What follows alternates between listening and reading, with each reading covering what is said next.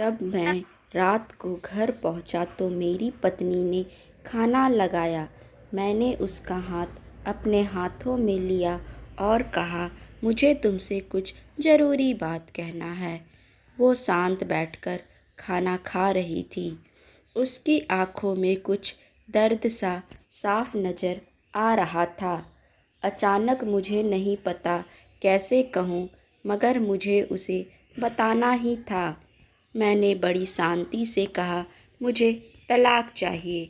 लगा जैसे उसे मेरे शब्दों से कुछ फ़र्क नहीं पड़ा, बल्कि उसने मुझसे पूछा, क्यों तलाक चाहिए। मैंने उसके सवाल को अनसुना किया तो उसे गुस्सा आ गया। उसने चम्मच उठाकर फेंक दिया और ज़ोर से चिल्लाई, तुम इंसान नहीं हो। उस रात हमने एक दूसरे से बात नहीं की। वो रो रही थी। मुझे पता था कि वो जानना चाहती थी कि आखिर ऐसा क्या हुआ जो हमारा रिश्ता टूटने की कगार पर आ गया। पर मेरे लिए उसके सवालों का जवाब दे पाना नामुमकिन था। मैं अब किसी और से प्यार करने लगा हूँ। अब मुझे उससे प्यार नहीं रहा। मैंने उसे उसके बरसों के प्यार की सज़ा दी थी। भरे मन से मैंने तलाक के पेपर तैयार किए। उसमें लिखा था कि वह पूरा घर, कार और कंपनी की 30% शेयर ले सकती है इस तलाक के बदले में। लेकिन उसने उस पेपर को देखा और उनके टुकड़े टुकड़े कर दिए। वो औरत जिसने मेरे साथ जीवन के 10 साल बिताए थे, वो आज मेरे लिए अनजान बन चुकी थी। मुझे इन 10 सालों का जो उसने मेरे लिए बर्बाद किए, मगर मैं क्या करूं।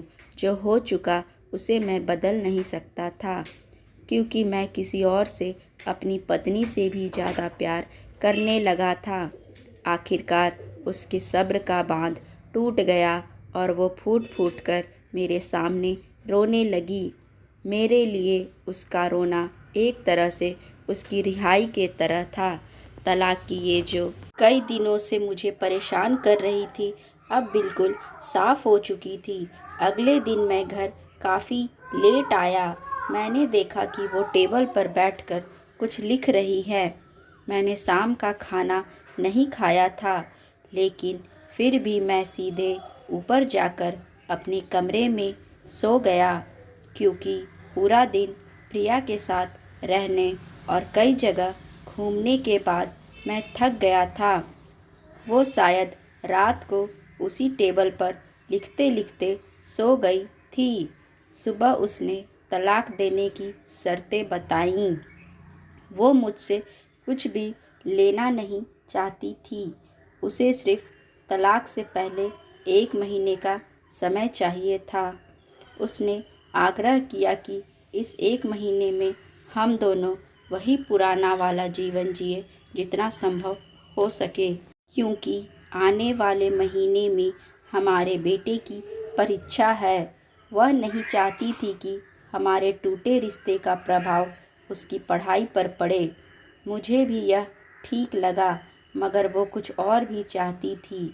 जैसे शादी के दिन मैं उसे उठाकर अपने शयन कक्ष तक ले गया था, उसी तरह हर रोज़ 1 महीने तक मैं उसे शयन कक्ष से उठाकर मुख्य द्वार तक ले जाऊं। मुझे लगा यह पागलपन है, मगर इन आखिरी दिनों को थोड़ा अच्छा बनाने के लिए मैंने उसकी यह शर्त स्वीकार कर ली। मैंने प्रिया को अपनी पत्नी की सभी शर्तें बताईं। वो हंसने लगी।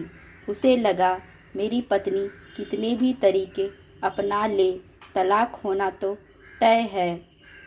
मेरी पत्नी और मैं किसी से भी इस दौरान नहीं मिले थे, लेकिन उस दिन जब मैं उसे पहली बार उठाकर गेट तक लेकर आया तो हम दोनों काफ़ी अजीब महसूस कर रहे थे। पीछे से हमारा बेटा भी खिलखिलाकर खुश हो रहा था। अगले दिन यह काम थोड़ा सामान्य और आसान हो गया। वह मेरे सीने से लगी थी और मैं उसकी खुशबू महसूस कर रहा था। ऐसा लगा जैसा कई दिनों के बाद मुझे यह खुशबू मिल रही थी, या फिर कई दिनों से मैंने उसके होने का महसूस नहीं किया था। पहली जितनी उसमें वो कसाव नहीं था और चेहरे पर कुछ हल्की झुर्रियाँ नज़र आ रही थी और बाल भी सफ़ेद होने लगे थे। ये वही औरत थी जिसने अपने जीवन के 10 साल मुझे समर्पित किए थे। चौथे दिन जब मैंने उसे उठाया तो वो पुरानी रोमांच में लौटने लगी थी और छठे दिन वो पुराना प्यार फिर जागने लगा। मैंने प्रिया को इस बारे में कुछ नहीं बताया था। अब उसे उठाना और आसान हो गया था। एक दिन वह अपनी पसंद की साड़ी निकाल रही थी, लेकिन कुछ खास नहीं ढूंढ पाई। उसने सांस भरते हुए कहा कि उसके सारे कपड़े बड़े पड़ने लगे हैं।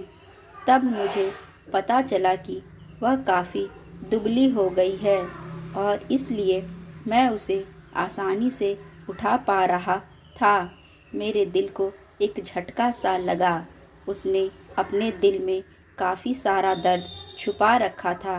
पता नहीं कैसे मैं आगे बढ़ा और उसके सिर को छूकर देखा। अचानक हमारा बेटा आया और बोला कि पापा, ये तो मम्मा को उठाकर बाहर ले जाने का समय हो गया है। उसके लिए अपने पापा द्वारा मम्मा को इस तरह उठाकर ले जाते हुए देखना जीवन का अभिन्न हिस्सा बन गया था। मेरी बीवी ने हमारे बच्चे को बुलाया और ज़ोर से उसे गले लगा लिया। मैंने अपना चेहरा दूसरी तरफ कर लिया। मुझे लगा कहीं मैं अपना निर्णय ना बदल लूं। मैंने अपनी पत्नी को रोज़ की तरह उठाया और बेडरूम से सिटिंग रूम होते हुए हॉल तक लाया। उसने प्यार से अपने दोनों हाथ मेरे गर्दन के आसपास रख दिए। मैंने उसे ज़ोर से पकड़ रखा था, बिल्कुल हमारे सुहागरात की तरह, मगर उसका इतना कम वज़न मुझे परेशान कर रहा था। महीने के आखिरी दिन जब मैंने उसे उठाया तो मेरे लिए एक कदम भी चल पाना मुश्किल हो रहा था। हमारा बेटा स्कूल जा चुका था। मैं अपनी कार से ऑफिस गया और कार से कूदकर बाहर आ गया, बिना कार को लॉक किए। मुझे डर था कि अब एक पल की भी देरी मेरा इरादा बदल देगी। मैं ऊपर गया। प्रिया ने दरवाज़ा खोला और मैंने कहा उससे, सॉरी प्रिया, अब मैं अपनी पत्नी से तलाक नहीं लेना चाहता। उसने मुझे देखा और मेरे सिर पर हाथ फेर कर कहा, तुम्हें बुखार तो नहीं? मैंने उसका हाथ हटाया और कहा, सॉरी प्रिया, अब मुझे अपनी पत्नी से तलाक नहीं चाहिए। हमारी शादीशुदा ज़िंदगी शायद हम दोनों के ध्यान ना देने की वजह से बोरिंग हो गई थी, लेकिन इसका मतलब यह कतई नहीं कि हम एक दूसरे से प्यार नहीं करते। अब मुझे एहसास हुआ है कि जिस दिन मैं उसे शादी करके अपने घर लाया था, उस दिन से जीवन के आखिरी दिन तक मुझे उसका साथ निभाना है। प्रिया के होश उड़ गए।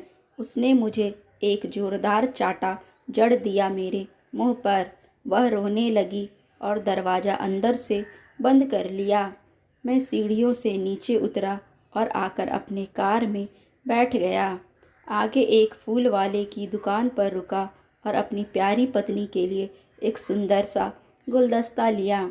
दुकानदार ने पूछा, इस पर क्या लिखना है?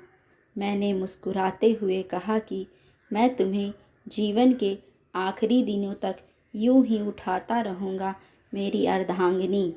उस शाम जब मैं घर आया, हाथों में गुलदस्ता लिए, मेरे चेहरे पर एक मुस्कान थी। मैं ऊपर अपने कमरे की तरफ भाग कर गया, लेकिन तब तक वह मुझे छोड़कर इस दुनिया से जा चुकी थी, हमेशा के लिए। वो कई महीनों से कैंसर से लड़ रही थी, लेकिन मैं प्रिया के साथ इतना खोया हुआ था कि कभी ध्यान ही नहीं रहा। उसे पता था वह जल्दी ही मुझे छोड़कर जाने वाली है, इसीलिए वह मुझे और मेरे बेटे के रिश्ते को टूटने से बचाना चाहती थी। मैं नीच उससे तलाक लेना चाहता था, लेकिन फिर भी उसने मुझे अपने बच्चे की नज़रों में एक प्यारा पति और पिता बना दिया था। जीवन की छोटी छोटी बातें रिश्तों में बहुत महत्व रखती है। बड़ा घर, बड़ी कार और बैंक बैलेंस ये खुशियों का हिस्सा ज़रूर बन सकते हैं, मगर अपनों के बिना इनकी कोई कीमत नहीं।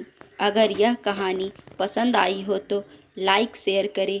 मेरे चैनल पर पहली बार आए हैं तो दोस्तों मेरे चैनल को सब्सक्राइब करना ना भूलें। धन्यवाद। राधे राधे। राधे राधे।